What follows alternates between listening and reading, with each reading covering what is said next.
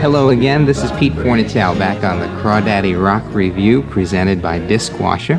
My guest today, Dennis Wilson of the Beach Boys, one of the more phenomenal groups in popular music for almost 17 years now, and excited in a different sense because of a brand new solo project that arrived a short time ago entitled Pacific Ocean Blue. Dennis, why all these years, or after all these years, a solo project now? Because I am prepared for it now, and back then, say 4, 5, 6 years ago, I was not prepared. Musically, emotionally, lyrically, technique-wise, everything. The whole, if you could look at, at making a record from writing, singing, playing, mixing, and your thoughts and production and techniques, I think today I am very, very much prepared. What set of factors had to fall together for Pacific Ocean Blue to happen? Was it Brother Studio? Did that have anything to do with it? A lot to do with it. Brother, I think by building Brother Studios with Carl, by being in a studio and wanting it to be good, sound good, and the machinery right. So what I found myself naturally doing, a natural process, was creating. And it came very natural and very good, and one thing led to another, and Jimmy Curcio, owner of Caribou Record Company, said, "Dennis, I want you to make an album for me." Did you feel that during your tenure with the group, different contributions of yours to Beach Boy albums, did you feel that they related more to the group as a whole or to Dennis Wilson as an individual? They obviously came from me, but I wanted the involvement of the whole group. Now, I'll tell you why I asked that.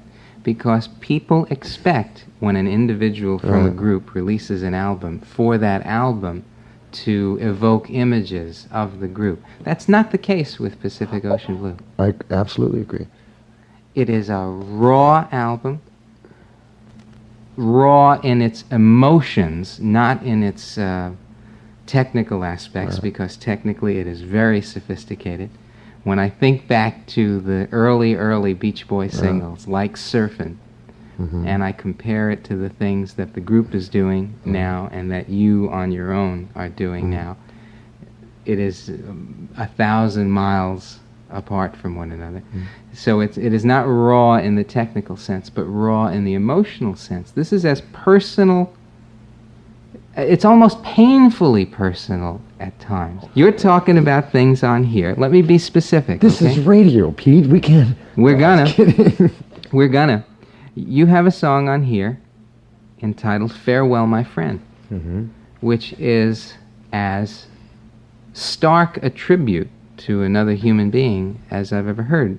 Would you be willing to discuss the... Absolutely. Some people mistake it. They think it's a very sad, negative song. And my very best friend, while making the album, a month before, passed away in my arms. And it's just a beautiful tribute. It was my brother's, Carl's father-in-law. An older gentleman. Older gentleman. He was 84. Beautiful man. Pop Hinsche. On what levels did you relate? Did he understand what the Beach Boys For some reason, all levels. Did he understand what the Beach Boys mean to people? Oh, God. To him. He told me that the Beach Boys were very, very important. Things like, and it's hard being a Beach Boy to say that the Beach Boys are a very, very important group in the world. I can say but it sounds funny I don't feel funny saying it, but I am sensitive about saying it. It brings out emotions. But the point I was trying to make was that he was the man in my life, like the father image. When my father passed away, I became very close with him because he was close to my father and close to, obviously, the family because of he being the father of Carl's wife. So we related, and he was the one in my life, like my father, to tell me how important what I'm doing is, and how I should respect it and take care of myself physically, and you must be clear-minded. He was like a coach. That's great. So when you can be that intimate with someone, or if I was really upset or really down, I could go to him. And being that close, it's like having a father. I do want to explore the notion of what the Beach Boys have meant to a couple of generations now, and get your reading of that. All right. I can remember laying in bed at night, listening to In My Room on the radio, for instance. This is going back a little bit. Yes, it is. But when I was kind of cold and lonely, that record meant something to me. Even though I was part of the group and I sang on it and I made the record, but I could be home alone in bed listening to that on the radio or on tour in a hotel with the radio on and hear the record and be soothed. And I related to it. To this day, sometimes I go, whew, when I hear that record. Even though it's my brother Brian, and I've grown up with him, and I've slept in the same bedroom with him for half of our lives, For some reason, I relate to the Beach Boys' music on a very personal level, away from being a Beach Boy, but being one. You can detach yourself. Yes. That's fascinating. Yeah. Do you perceive the rise and fall that the group has had in the public's eye, and then rise again? In other words, how do you explain the regenerated popularity of the band in the last few years?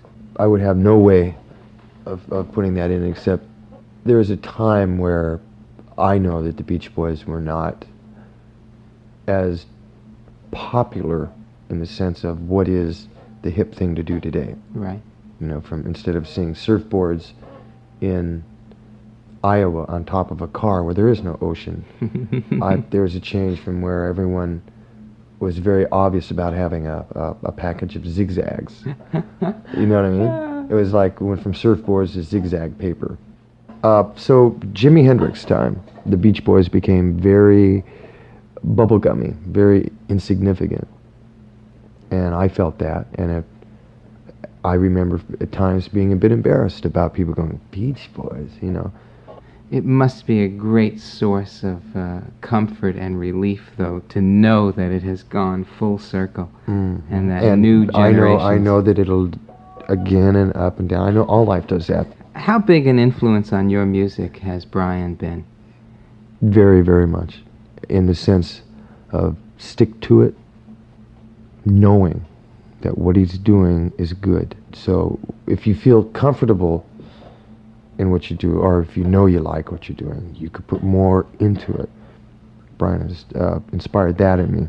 The progression from 15 Big Ones to the Beach Boys' Love You has been, or was, tremendous, and there's no reason why it shouldn't continue in that direction, except for these constant and annoying rumors that have been circulating around the industry recently about the cloudy future of the Beach Boys. Would you care to comment on that for a second or two? Well, there is definitely a dark cloud over the Beach Boys at this time. There has been trouble but before. Everyone takes it in a different way.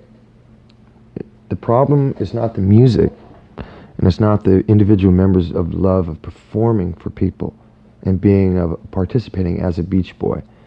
That's not the problem. The problem is within management and control of direction of the group, of where to record, who to be the manager, and how much money to be spent on whatever projects they want.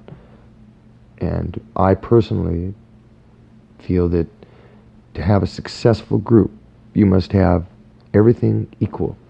Everybody must have an equal right. And when equal rights are taken away, it's not fun. There have been management problems before. Yes, there's always management problems with every group. And they've been resolved. I think Elvis Presley, out of everyone, may have had the longest and most successful relationship with the Colonel.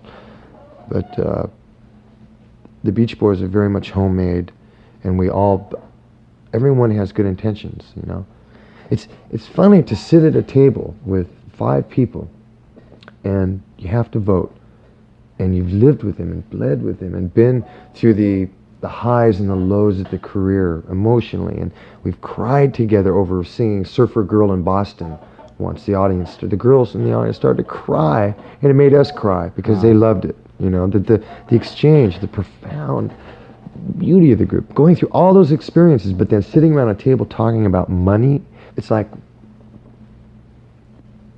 I got an upset stomach over it. Sure. I couldn't believe it.